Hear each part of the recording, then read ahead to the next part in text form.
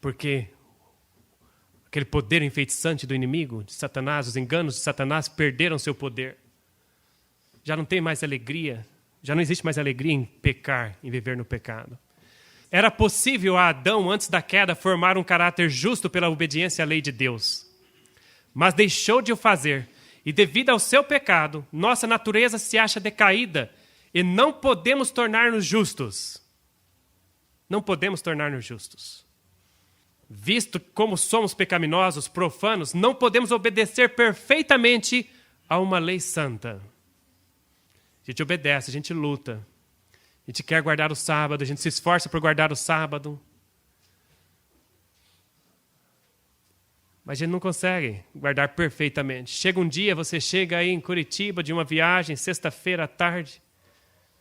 O ônibus está de greve. Talvez não acontece muito aqui em Curitiba, né? Mas uma vez eu cheguei em Campinas, os ônibus estavam em greve. Eu ia para a casa do meu irmão. Tive que esperar a misericórdia de alguém para me levar. Meu irmão morava no sítio. Deixou lá perto do sítio. Para chegar um pouco mais cedo na casa do meu irmão, decidi cortar pelo meio do matagal. Escureceu, fiquei com medo de ser picado por uma cobra naquele lugar. Cheguei lá todo chateado, nas horas do sábado já. Já era sábado. Transgredi o sábado.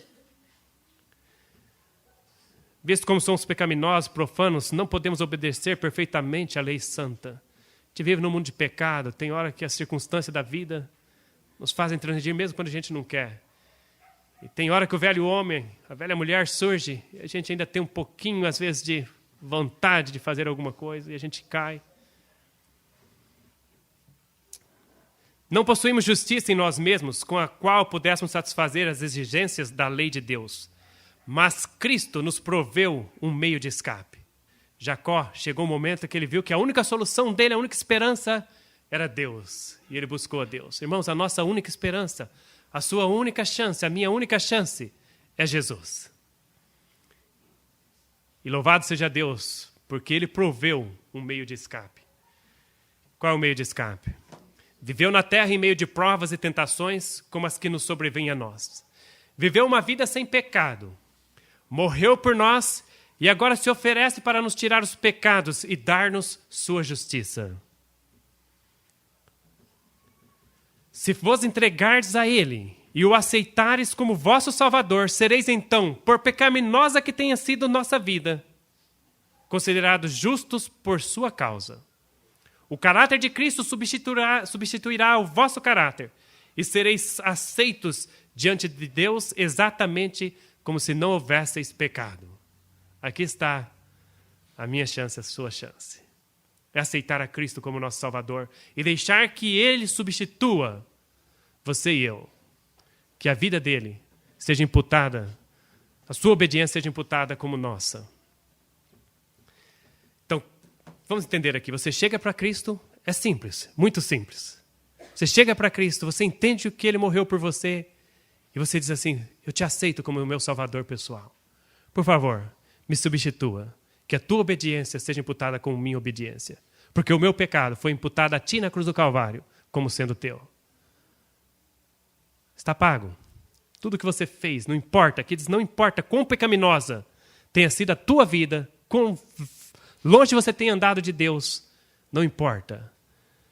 Cristo te substitui e você é aceito diante de Deus exatamente como se nunca houvesse pecado.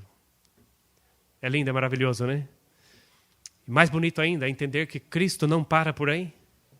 Não é só isso que Ele faz por você e eu. Vocês já viram um gato, quando ele está com a barriga cheia, e ele se encontra com um rato? O que ele faz? Hã? Brincando, eu só vi uma vez. A gente morava, tinha um quintal cercado assim, era pequenininho, a gente morava numa dessas casas germinadas, o quintalzinho era pequeno. E o gato está ali, né? Com a barrigona cheia, não está com fome, surge o ratinho lá, ó, sai da toca lá. O gato levanta, sai correndo atrás do rato. Aí ele alcança o rato e dá um tapa no rato. Aí o ratinho se finge que está morto, fica quietinho ali. O gato finge que acreditou, né? E começa saindo, vai saindo, andando. Quando o gato está saindo, o ratinho levanta e fala, minha chance. Na hora que ele começa a correr, o gato vai atrás de novo. Outro tapinha. Mesma história se repete. O ratinho finge de morto, o gato finge que acreditou, e o gato fica brincando assim com o rato, até a hora que ele cansa. Quando ele cansa, ele dá um tapão.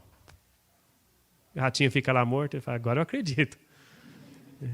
Aí o gato vai lá e deita de novo, fica lá se espreguiçando. Irmãos, o diabo quer fazer a mesma coisa com a gente, com o ser humano. E é o que ele faz com o ser humano. Ele brinca com o ser humano. Vai brincando com o ser humano, brinca com você, levando você nas ilusões da droga, nas ilusões da prostituição, das paixões, as ilusões das modas deste mundo, das vaidades. Aí vai brincando com a gente. Aí chega uma hora quando ele cansa, e a pessoa está lá longe de Deus, desprotegido, aí o diabo dá um tapão e deixa a pessoa lá, perdida para sempre, morta no mundo. Mas Cristo, quando Ele vem e entra na sua vida, quando você entrega o seu coração para Ele, Ele perdoa todos os teus pecados, mas Ele não deixa você na mão do gatão, brincando com você. Cristo vai adiante, Ele te livra das mãos do gato, Ele não deixa o gato ficar brincando com você. E ainda mais, Cristo mudará o coração. Nele habitará pela fé. Pela fé e contínua submissão de vossa vontade a Cristo, deveis manter essa ligação com Ele. E enquanto isso fizerdes, Ele operará em vós o querer e o efetuar, segundo a sua vontade. O que a palavra de Deus está dizendo aqui é que Cristo nos dá poder para vencer o pecado, para lutar contra o pecado, para que o pecado seja repulsivo em nossas vidas. Não temos prazer mais no pecado. Você vai fracassar algumas vezes, vai errar algumas vezes, vai. Mas você não tem prazer naquilo, você vai ter força para se levantar, para continuar lutando.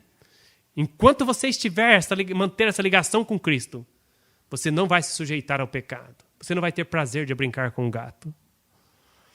Podereis então dizer, a vida que agora vivo na carne, vivo na fé do Filho de Deus, o qual me amou e se entregou a si mesmo por mim. Cristo nos livra da mão dos gatos. Ele não tem poder de nos matar, de nos subjugar. Ele pode judiar, pode maltratar, pode nos vencer em algumas circunstâncias da vida, mas Ele não vai dar o tapão e nos deixar longe de Jesus mortos. Porque nós conhecemos melhor. Nós conhecemos alguém que é mais poderoso do que o gato. Muitos têm a ideia de que devem fazer sozinhos parte do trabalho. Confiaram em Cristo para o perdão dos pecados, mas agora procuram por seus próprios esforços viver retamente. Mas qualquer esforço como este terá de fracassar. Por que a gente às vezes fracassa? A gente vem para a igreja toda animada, aceita, né, a Cristo, aceita o Evangelho, aceitamos que devemos guardar os mandamentos. A gente fala, agora eu tenho que guardar os mandamentos, tenho que fazer tudo certinho.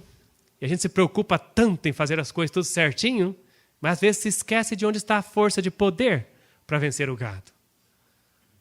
Esquecemos que só através dele, só através de Jesus, podemos guardar os mandamentos de Deus. Mas qualquer esforço como esse terá de fracassar. Diz Jesus, sem mim nada podereis fazer. Nosso crescimento na graça, nossa felicidade, nossa utilidade, tudo depende de nossa união com Cristo. É pela comunhão com Ele, todo dia, toda hora, permanecendo nele, que devemos crescer na graça.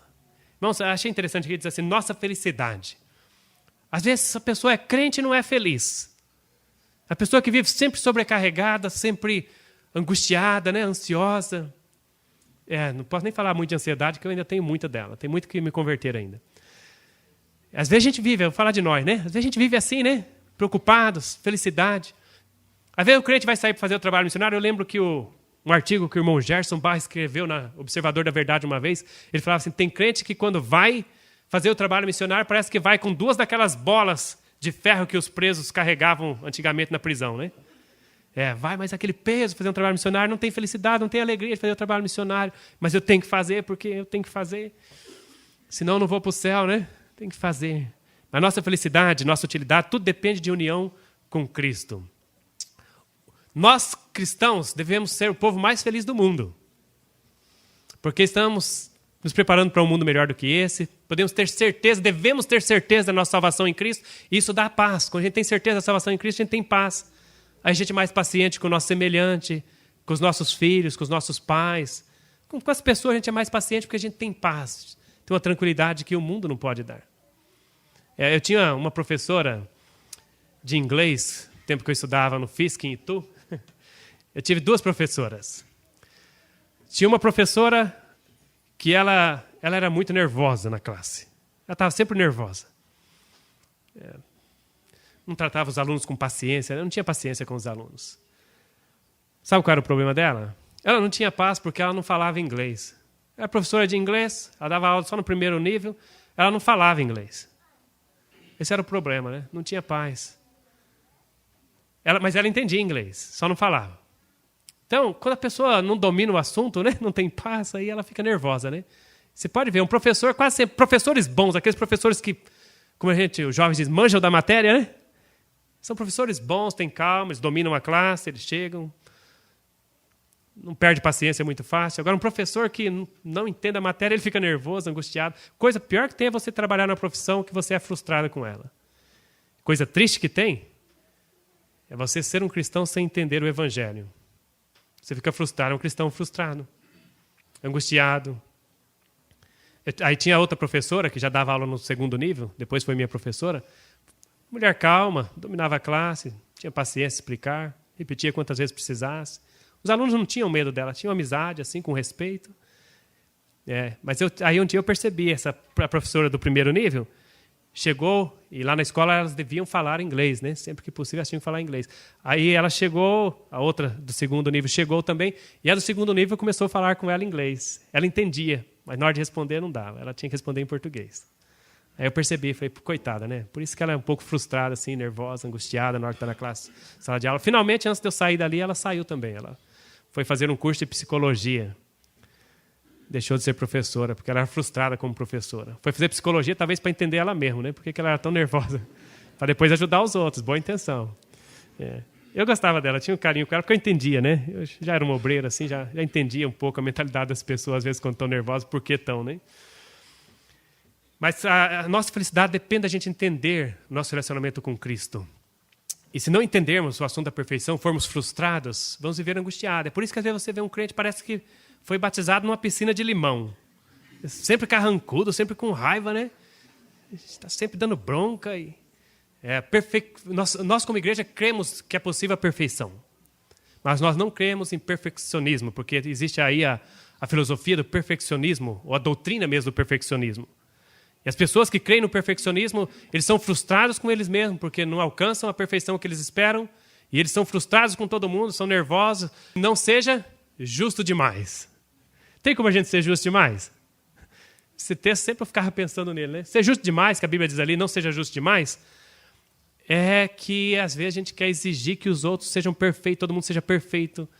E aí a gente procura uma igreja perfeita. Quando nós encontramos com Cristo, Ele trabalha na nossa vida, Ele nos resgata da mão do gato. Não só revelaremos o fato de que amamos a Deus, mas segundo o seu caráter santo, viveremos uma vida pura e perfeita. Consagrando-nos a Ti, imploramos Tua proteção. Ó presente, se aqui, concedendo Tua direção. Cada vez mais e mais, mostra-nos o Teu favor. Une-nos em Ti, Senhor, pelos laços do divino amor. Através da provação, guia sempre, sempre com amor.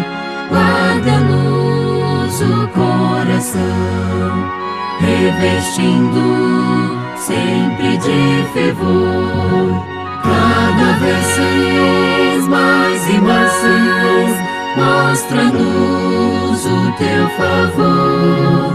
Une-nos em Ti, Senhor, pelos laços do divino amor.